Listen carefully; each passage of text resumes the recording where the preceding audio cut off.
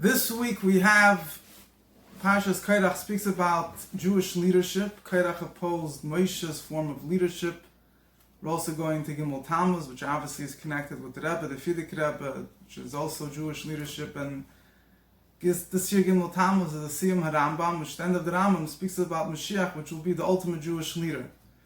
And the qualities of Moshiach, the Psukim and the Sfarim describe many different qualities of Moshiach. In fact, Moshiach will have all the different qualities that are possible for a leader to have. Moshiach will have them in the greatest possible way. All the milas that exist in the world he will have. Furthermore, Moshiach will have a unique feature that he will combine opposite qualities. We have the pasuk describes regarding Moshiach. It says, "V'nachal of ruach Hashem, ruach chachma, bina ruach eitzah, gvura ruach das viras Hashem," a spirit of wisdom and understanding, a spirit of advice, counsel, and strength, a spirit of knowledge and fear of Hashem. As the Fidik Rebbe and the Barbanel point out, these qualities are really opposites. Chachma and Bina are very different. There's the idea of Chachma being able to innovate new ideas, the idea of Bina being able to give it a practical application.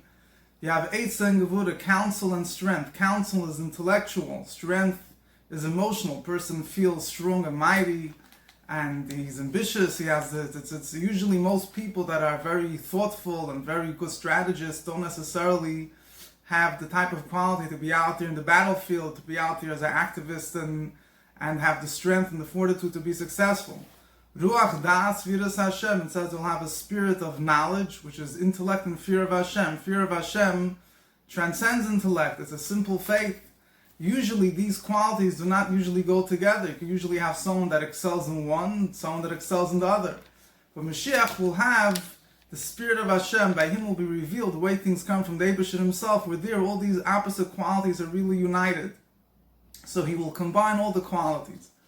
Nevertheless, when we look at the Rambam, and the Rambam describes the qualities of Moshiach, he doesn't mention most of the extraordinary qualities of Moshiach in the end of the Rambam, Hilchos Mulachim.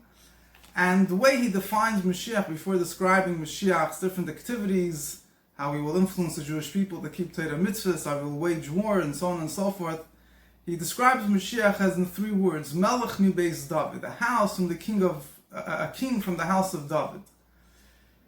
What does that mean, a king from the house of David? It's not just a lineage, it's not just discussing where Melech HaMashiach comes from, but it also describes a certain quality, a very important quality, a very transcendent quality that Mashiach will have. The Chassidus explains, the Rebbe explains, there's a fundamental difference between David HaMelech's kingdom and the kingdom of other Jewish kings. We had throughout history, after the time of Shlomo, or before the time of David, there were other people, other Jews, some were righteous, some were not, but you had people that were kings. They were appointed by prophecy, and they had the ability to remain a king, that the dynasty should last for a number of generations.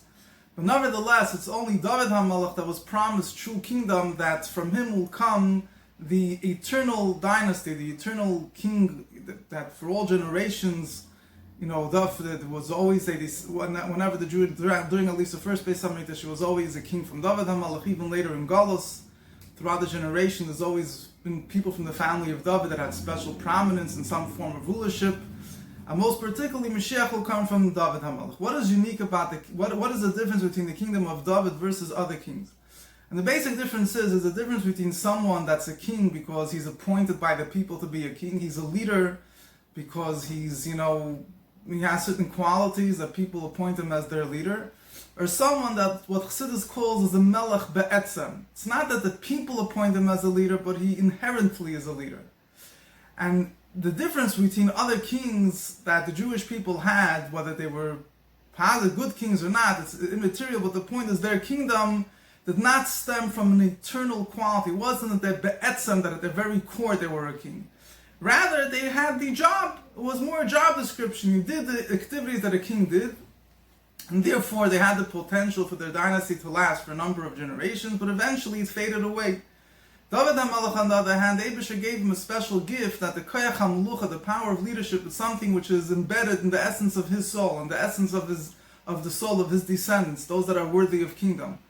And therefore, this is something which is not dependent upon the people. There's a certain koyach benefesh, is a certain inherent form of leadership, which is what the Melech Beis David represents. We have even Megashmi, it's a very interesting thing. It says that the crown that David HaMelech wore had a certain, in order to wear it properly, you had to, with a certain indent in the head of the king that made the crown being able to fit. And it says the way they were able to know who the proper king was someone that he had an indent in his head for the crown to fit. So this might seem like a miracle or a physical thing, but it represents a very deep thing. It meant that this person was inherently a king. When we come to Moshiach, when we think about a leader, we don't have to look very far, very up front to see today how the idea of leadership completely moved away from anything substantial. A true leader is not someone that is just a CEO of a company or someone that's a good politician, a manipulator, but a true leader is someone who's be'etzem a leader, someone that the people identify with him, they feel his presence and they feel they want him to be their leader. It's not just that they think, not only that they think he has qualities to be a leader, which is also something which you can't find today, but someone that be'etzem, when he comes on the scene, everyone realizes he is the one. And this is the unique feature of Moshiach. The Rambam describes how Moshiach appears on the scene as a Melech Beis David. When he appears on the scene, everyone realizes that he is inherently the leader. He doesn't even have to prove anything yet. You see in his mere presence, in his nefesh, in his soul. It's rooted in his soul, the power of leadership. And this is the ultimate form of leadership, and this is why Moshiach will specifically be a king Beis David. What it means in our Avodas Hashem, the Rebbe interprets this according to Chassidus. The Rebbe says in Chassidus, this is synonymous with the level of Yechidah Shebenefesh. You know, there's different qualities that the Neshama has. But then there's the essential quality of the Neshama, which you can't really define. It's that the Neshama is one with the Eibishter, Yechidah Shebenefesh.